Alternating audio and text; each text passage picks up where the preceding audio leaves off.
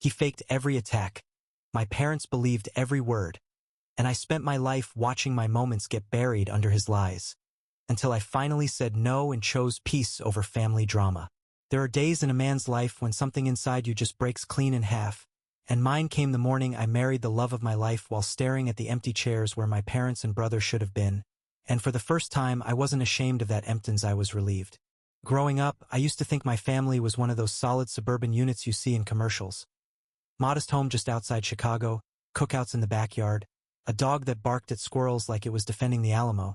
But that illusion started to crack when I was about 9, and my younger brother Neil had what looked like a minor breathing scare at soccer practice.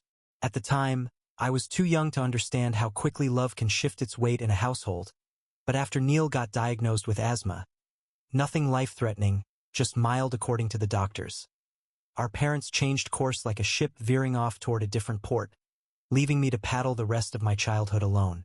From that moment on, everything revolved around Neil's episodes. The air in our house changed, like even it had to adjust for his needs. They missed my first piano recital because Neil said he felt tightness in his chest. Later, I found out from my grandma that he was at home playing video games while I performed for an audience that didn't include the people who mattered most. That's the part that stuck with me. Not that he had asthma. Not that they cared for him, but that they never questioned it. Never once asked, "Is this real? Or is he just scared of being irrelevant?" They just reacted. Always, without hesitation, as if I didn't exist unless he was okay first. By the time I turned 16, I had already become a master at making backup plans for moments that were supposed to be unforgettable. My birthday party? My grandparents tried their best, but my parents never showed up. Neil had a sudden emergency that required urgent care. Turns out he just had allergies. They ate the cake I'd picked out for weeks. I never even got a slice. The moment that sealed it for me, though, high school graduation. I wasn't just a student. I was valedictorian of a class of over 400. I worked part-time, studied until 4 a.m., and somehow held it together long enough to earn the top spot. I rehearsed my speech 100 times, imagining their faces in the front row. They never came. Neil was stressed about finals the next week and had a panic attack, they said. They stayed home. Later that evening, I found out he was at a friend's house, drinking soda and watching baseball like nothing had happened. I gave my speech to a crowd of strangers and was driven home by my best friend's dad. They took me to dinner afterward. Not my parents.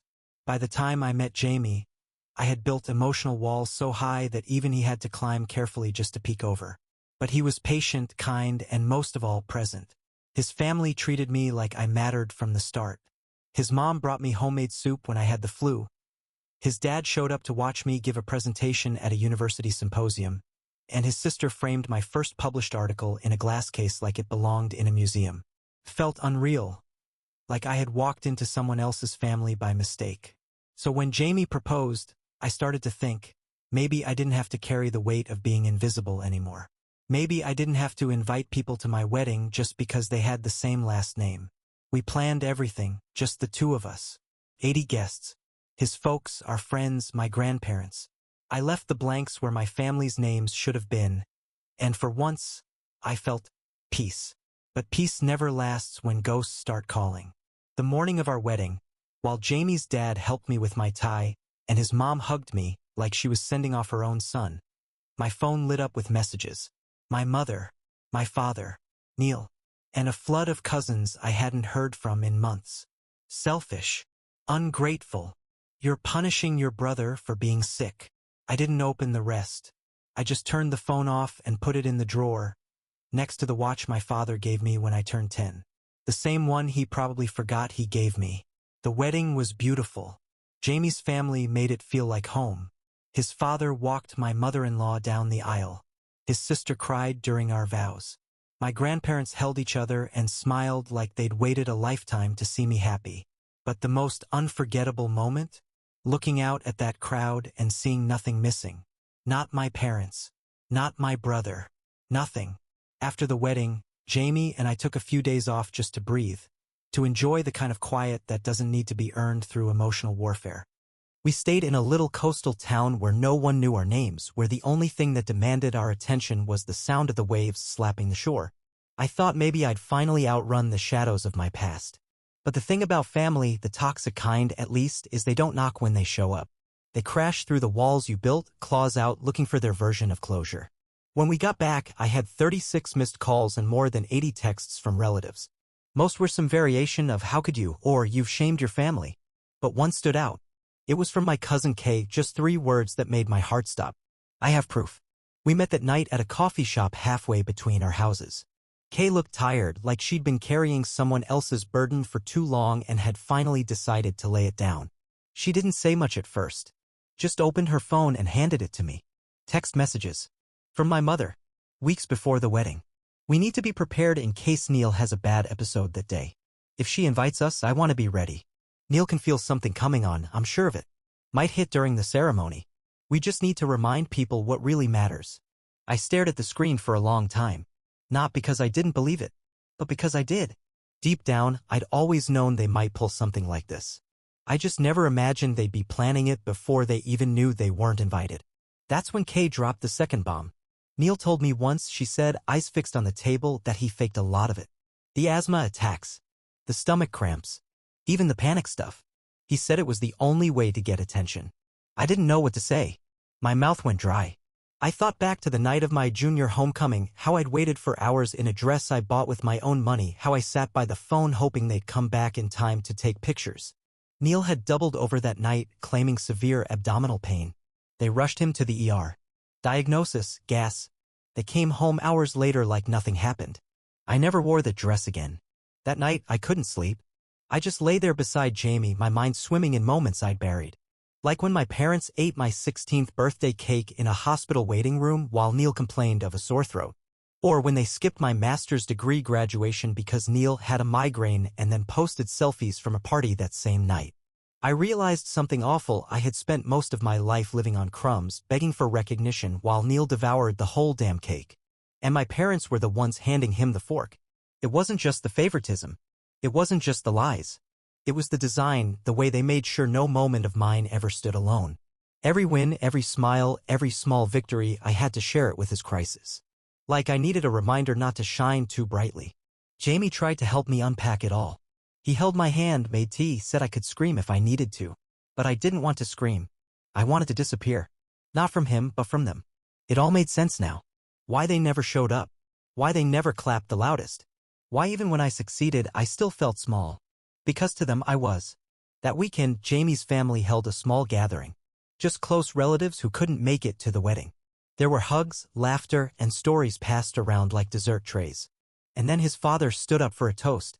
He started listing things I'd done. Academic awards. Research milestones. My first publication. He spoke like someone who had actually paid attention. My throat tightened. Not out of sadness, but because I'd never felt seen like that. Jamie leaned in and whispered, "You deserve all of this." I believed him. For the first time in my life, I believed someone when they said I mattered. But just as that warmth settled in my chest, my phone buzzed again. A voicemail. From my mother. Her voice was sharp, rehearsed. "You've always hated your brother for things he can't control. You ruined our family. No apology. No explanation. Just another lecture. Another guilt trip. But this time, I didn't feel guilt. I felt freedom. And maybe, just maybe, that was scarier to them than anything else. Because a child who stops begging for love is a parent's worst nightmare. There's a kind of silence that falls over you when everything you suspected turns out to be true, like the floor giving out, but you're not falling anymore because you already hit the bottom a long time ago and didn't even know it. That's where I was after Kay showed me the messages from my mother and told me what Neil had confessed. All those years of doubts, second-guessing myself, wondering if I was just overreacting, they shattered under the weight of one undeniable truth. They didn't just ignore my milestones, they sabotaged them. It wasn't long after that when I got a call from Jamie's mom. She's been a pediatric nurse for over 30 years, worked with respiratory cases her entire career. She had seen Neil at a family event once, playing basketball in the yard like a guy training for the NBA. She'd always found the whole fragile patient story hard to believe, but she'd held her tongue until now. This time she called my mom. She thought maybe, just maybe, she could help ease the tension, offer a fresh perspective, even suggest a way forward. She told my mom she was concerned that Neil's supposed illnesses didn't align with his active lifestyle, that maybe he was struggling in other ways and it was time to stop enabling certain patterns. My mom didn't take it well. She hung up mid-sentence. Then she called Jamie's sister to complain. Accused Jamie's mother of trying to interfere with family matters she didn't understand. I wasn't even surprised. What did surprise me was the flood of memories that came rushing back afterward. Things I had buried because they hurt too much to hold onto. Like the science camp I got into the summer before college, fully paid scholarship, huge opportunity. I told my parents about it the same day Neil said he wasn't feeling well. They told me it wasn't the right time to be away from the family. Neil needed them that summer. So I declined the offer. The next week, Neil was hiking in the woods with friends. No flare-ups. No panic attacks. Just pictures on Instagram with captions like, "Living my best life." That was the pattern. Every big moment I had, they'd vanish behind the curtain of his drama. And I wasn't the only one who noticed. My aunt, my mom's own sister, called me out of the blue. Said she was sorry. Said she never realized how deep the favoritism ran until now. She even admitted to overhearing conversations over the years where my mom dismissed my accomplishments as not worth the fuss. At a family dinner years ago, I announced that I was leading a new research team at my job, something I had worked years to earn. My mother changed the subject within seconds. Neil got hired part-time at the grocery store, she said. That was the news she thought deserved the spotlight. That memory alone would have made most people rage, but I didn't rage. I felt numb. Like someone had hit a switch in me and turned off the part that still needed them to care. The next few days were quiet. I figured maybe they finally realized the damage they'd done. Maybe they'd take time to reflect. But that's not how people like them operate. They don't reflect. They retaliate. A few days later, I heard from Kay again. She'd been scrolling through her messages and found something she hadn't noticed before, texts from my mom, a week before our wedding. "If we don't get invited, we'll need to figure out a way to handle things. Neil might need extra support, especially if she tries to make a spectacle out of the wedding. Maybe he should have a small episode during the ceremony. Just something to ground everyone in reality."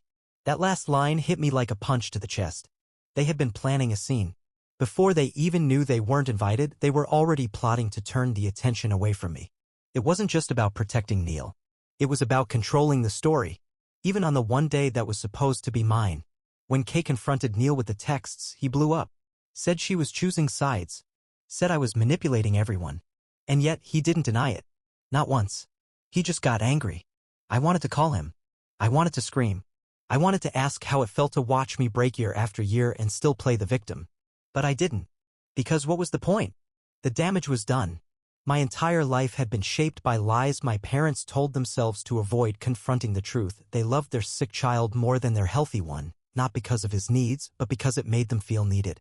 And I had been nothing but the backdrop for their performance. So I did what I hadn't done in years. I let go. I muted every message. Blocked their numbers.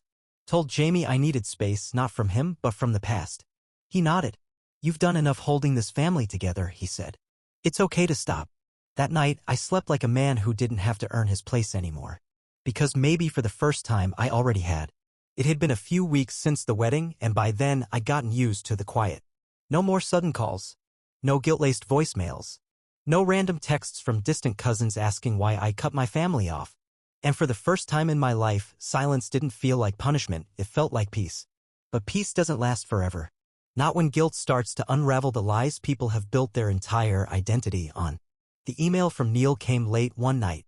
No subject line, just his name in the inbox and a preview of the first words. "I owe you more than I can ever explain." I stared at it for a long time before I opened it. Not because I was scared of what he might say, but because part of me, even after everything, still wanted to believe there was something left between us worth salvaging. The email was long, pages long. No excuses, no justifications. Just the kind of raw honesty I never expected from him. He admitted it all. The lies, the manipulation, the exaggerated symptoms, the attention-seeking, the way he learned early on that if he clutched his chest or said he couldn't breathe, our parents would drop everything and come running. He told me that being the sick one became his identity. It was the only way he knew how to feel important. He said it started small, skipping school, avoiding chores, but quickly grew into something much darker. By the time I was in high school, he said, it had become automatic. If I felt you were going to get attention, I panicked. he wrote. Not because you didn't deserve it, but because I didn't know how to survive not being the center of everything. He apologized for missing my milestones, said he remembered everyone, even the ones he pretended to forget. He remembered how excited I was about that science camp, how hard I worked on my valedictorian speech, how proud I looked walking across that stage even though our parents never showed. And then he said something that stuck with me like a thorn under the skin. I hurt you because I knew they would never stop choosing me. He said the wedding was a turning point for him. When Kay showed him the texts from our mom, her planning a scene at my ceremony, he said he felt sick. That seeing her so willing to sabotage the one day that should have been about me was the first time he realized how deep the dysfunction went.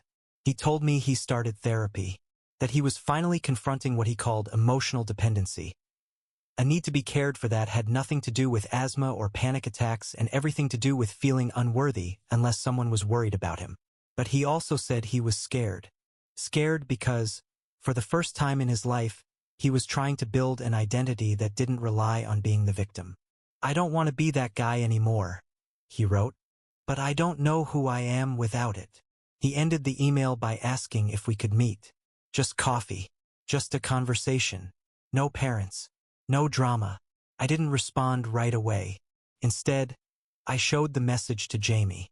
He read it slowly, quietly. When he was done, he looked at me and said, "You don't owe him anything.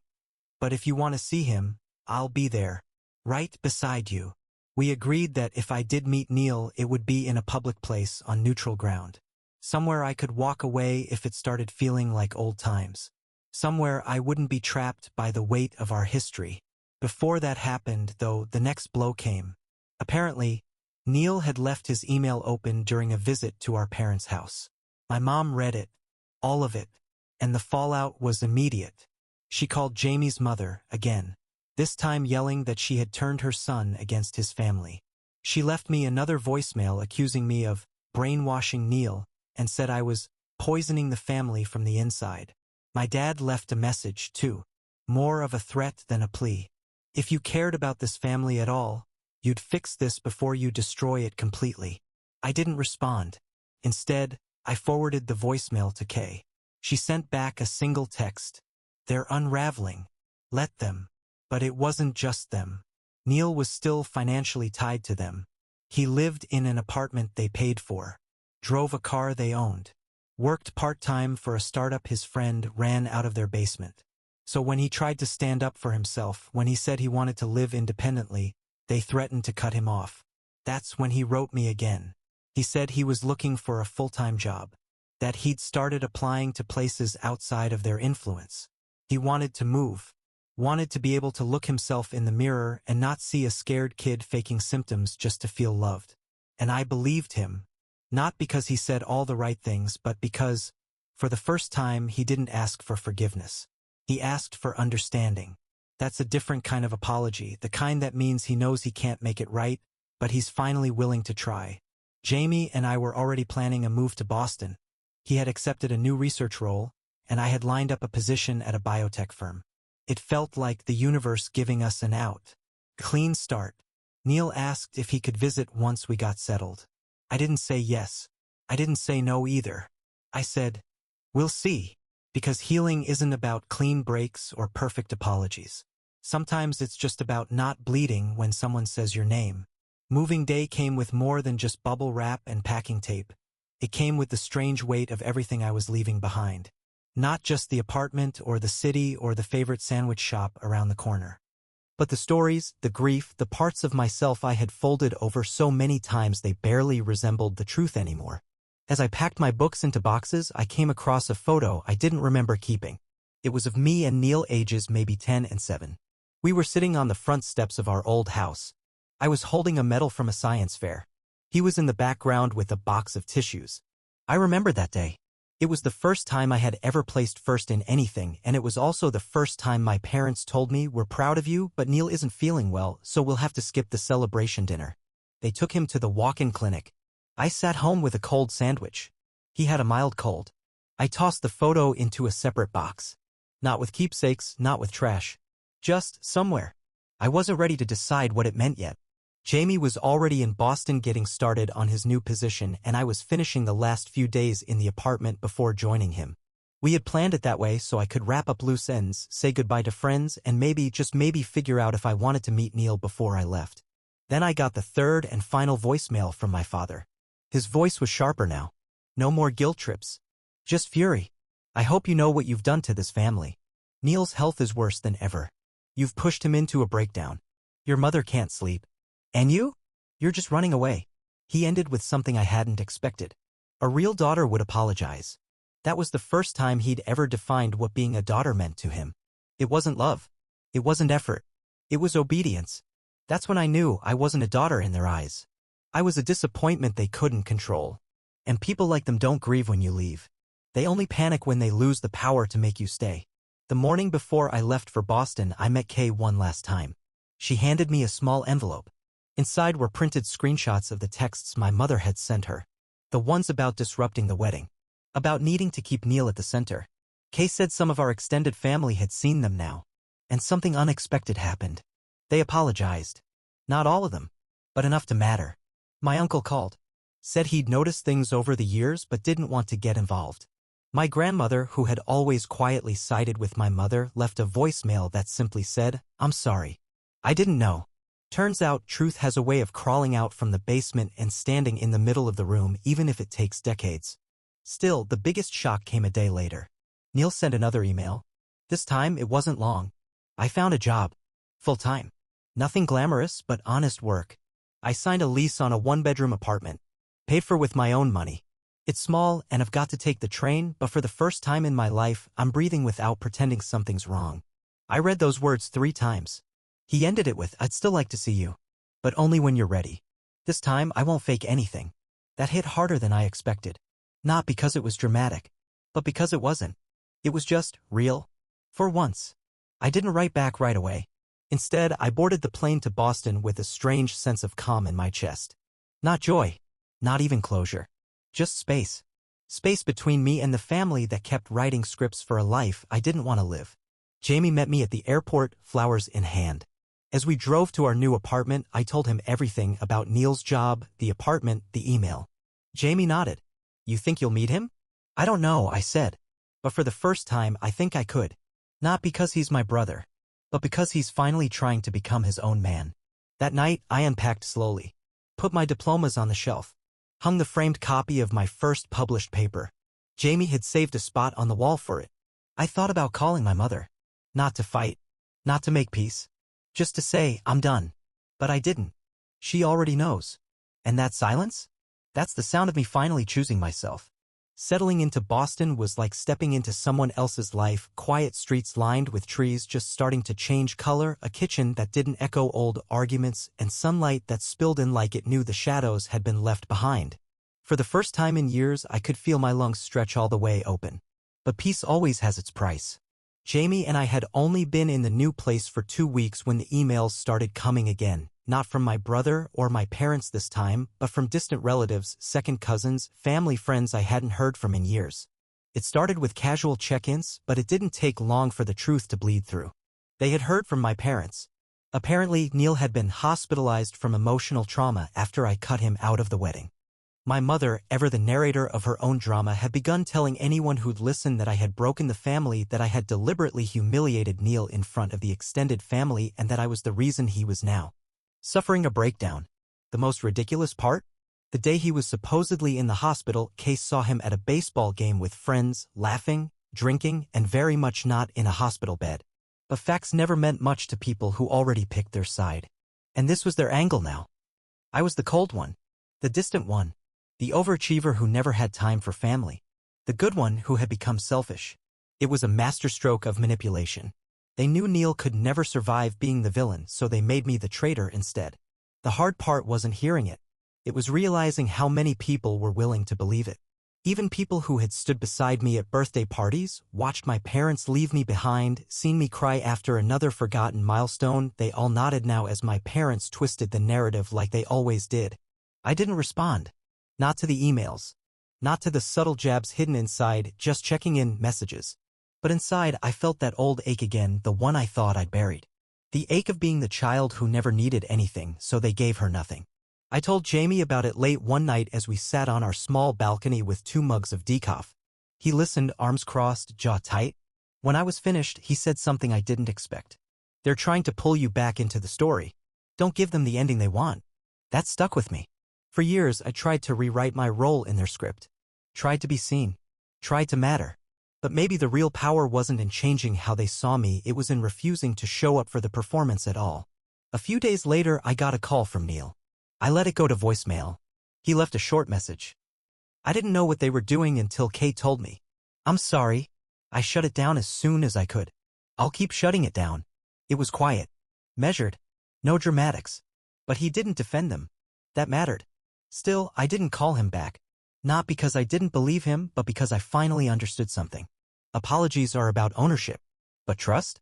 That's built brick by brick, and the ones they knocked down had taken me years to build. I needed time. That weekend, Jamie and I went for a hike outside the city. The trail was long and winding, filled with the kind of silence that isn't empty but full. As we walked, I kept thinking about how many years I had shaped my life around being the strong one. The one who didn't need help. The one who picked up the slack. The one who never cried loud enough for anyone to come running. And it hit me, maybe they hadn't loved Neil more. Maybe they had just understood him more. Because neediness made sense to them. Dependency was familiar. But independence? That just looked like rebellion. And when I stopped playing the role of the grateful sibling who stayed quiet while they clapped for someone else, well, that's when I became dangerous. Because they couldn't control me anymore. As we reached the summit, the sun was just starting to dip behind the hills, painting the sky in soft gold and copper. Jamie stood beside me, his hand warm in mine, and I realized I didn't need an apology from my parents. I didn't even need an apology from Neil. I just needed this. A life that was mine. A love that showed up. And the quiet, steady truth that sometimes the strongest thing you can do is walk away from the story they wrote for you and start writing your own. Life in Boston settled into a rhythm, morning coffees on the fire escape, long walks with Jamie on Sunday afternoons, the occasional clink of wine glasses over takeout when neither of us felt like cooking. For the first time in my adult life, I wasn't building my days around waiting for disappointment. I wasn't checking my phone to see if I'd been forgotten. I wasn't trying to make my parents proud, I was just living. And yet, silence carries a weight, too. Especially when it's the kind that follows a confession. It had been a few weeks since Neil's last message. No pressure, no follow-ups, just quiet. At first, it felt like space. A breath. But then I started wondering, was he giving me room, or giving up? Then came the envelope. No return address. Just my name in soft black ink. I opened it carefully, like the paper might bite. Inside was a handwritten letter. Not typed. Not emailed. Just 3 full pages of my brother's handwriting, crooked and rushed in places, like he couldn't get the words out fast enough. I don't want to pretend I didn't do real damage, he wrote. Because I did. I took things from you. Moments, memories, people's attention. And I knew I was doing it. Even when I was a kid, I knew. He went on to say how he'd started to remember things differently. Not because time had distorted them, but because his therapist had helped him see the layers beneath the lies. He remembered my 16th birthday, the one where he ate most of my cake in the hospital while my grandparents tried to make the night feel normal. He remembered the homecoming night, the dress I bought, the way I didn't say a word when our parents told me to stay behind, just in case. He remembered the science camp. But what hit hardest? He remembered the silence. You never screamed at them, he wrote. You never called me out. You just kept showing up and shrinking. He told me that for years he thought I was fine, because I didn't collapse, because I didn't fight for the spotlight, because I kept achieving, pushing, climbing. But I see now, he wrote, that it takes a different kind of strength to keep going when no one's watching. He said he hadn't spoken to our parents in 2 weeks, that after learning they'd used his health again to manipulate extended family, he told them to stop calling until they could acknowledge what they'd done, not just to me but to him. He said they accused him of choosing sides. He said he didn't care anymore. I'm not choosing a side, he wrote. I'm choosing to grow up. He ended the letter with a simple invitation. If you ever want to see me, no pressure, no guilt. I'll be here. And I'll come with nothing but truth. I sat with the letter for a long time, not crying, not smiling, just feeling everything I'd spent years learning to ignore. Grief for what we lost. gratitude for what might still be built, and that uneasy mix of fear and hope that always follows the possibility of something new. I didn't respond right away. Instead, I did something I hadn't done in a long time.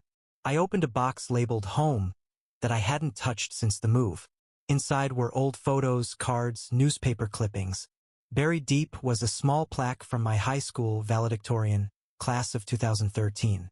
My name in gold letters. I held it in my hands, and for the first time, I let myself be proud without wishing someone else had noticed. I showed it to Jamie. He smiled, kissed my forehead, and said, "You earned every inch of that." Later that night, I wrote a letter of my own. Not to Neil, not to my parents, to myself. It wasn't long, just a few lines. You did not imagine it. You were not wrong to feel forgotten. You did not need to scream to be worthy. And you are not cruel for walking away. I folded the letter and slipped it into the back of that plaque. Maybe one day, I'd forget those words, but they'd be there, just in case I needed to read them again. The next morning, I wrote Neil back. "I'm not ready to meet yet, but I hear you, and I believe you want better. That matters more than I can say. No promises, no reconciliation tour, just a truth wrapped in caution. Because trust isn't given. It's rebuilt, brick by brick, word by word. And for the first time, it feels like we might finally be speaking the same language." It had been nearly 3 months since the wedding when I finally saw my brother again. Not through a screen, not in a text bubble or carefully measured letter, but in person. A real meeting, face to face, without parents, without excuses, and without the roles we had been forced to play for so long. We met at a quiet coffee shop near the river. Neutral ground. Halfway between his new apartment and my office. I got there early, out of habit.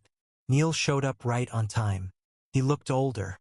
Not aged, just less like the boy who used to play sick and more like a man who was finally tired of pretending he wasn't the one holding the matches near everything that burned. We didn't hug. We just sat. The first few minutes were awkward. Polite comments about the weather. A shared laugh about the odd way Boston drivers seemed to treat turn signals like state secrets. But then silence settled. And not the kind that needed to be filled. He finally said, "I wasn't sure you'd come." I said, "Neither was I." We talked about real things. Not family gossip. Not fake health scares. Not who remembered what differently. But about jobs. About therapy. About what it means to start over when everything you've built has been a lie, even if you didn't realize it at the time. He told me his new job wasn't glamorous, but it was consistent. He liked knowing he could wake up and not have to fake an emergency to feel seen. I told him I finally hung my degrees on the wall. Not to prove anything, just to remind myself they were real, that I was real. At one point he asked, "What would you have said if I'd pulled something at your wedding? Like Mom wanted?" I didn't answer right away. Then I said, "I would have walked out. I would have left my own wedding. Not because I was angry, but because I wasn't going to live another moment where someone else's chaos was louder than my happiness." He nodded. "I'm glad you didn't invite me," he said. "I wasn't ready. I would have ruined it." It was the first time I'd heard him take responsibility without slipping into a sad story or a medical excuse. We talked for nearly 2 hours. By the end of it, we weren't friends. Not yet. But we weren't strangers either. We were something in between, two people who had finally stopped lying to themselves. Before we left, Neil pulled something from his jacket pocket. It was a photo, an old one. The two of us on our bikes in front of our childhood home. My hand was raised in victory. His head was turned, looking at me like I'd stolen something. "I hated that day," he admitted, "because you were better than me, and I didn't know how to be okay with that." I took the photo and studied it. "I wasn't better," I said. "I was just trying to survive." He looked down. "You did more than survive." I put the photo in my bag. Not to keep forever, but because sometimes you need a reminder of how far you've come, even if the picture hurts to look at. We left it at that. No promises, no big declarations. Just a "see you around." And that was enough. Later that week, I got another message from my mother. This one wasn't angry. It was quiet. Just a simple line. We miss you. But I didn't miss them. Not the way they wanted. I missed the version of them I used to imagine existed. The parents who showed up. Who clapped when I won. Who stayed in the front row instead of disappearing behind a curtain of Neil's latest crisis. But that version of them never existed. And missing an illusion only makes you forget how far you've walked through the real thing. So I didn't respond. Instead, I wrote a list on real paper with real ink. Not for social media. Not for sympathy. Just for me. Things I know now. My accomplishments were never selfish. Love that makes you feel small isn't love. Silence isn't weakness. It's choosing peace over chaos. Family isn't who raised you. It's who sees you. Healing isn't loud. Sometimes it's just choosing not to answer the phone. That weekend, Jamie and I hosted a dinner at our apartment.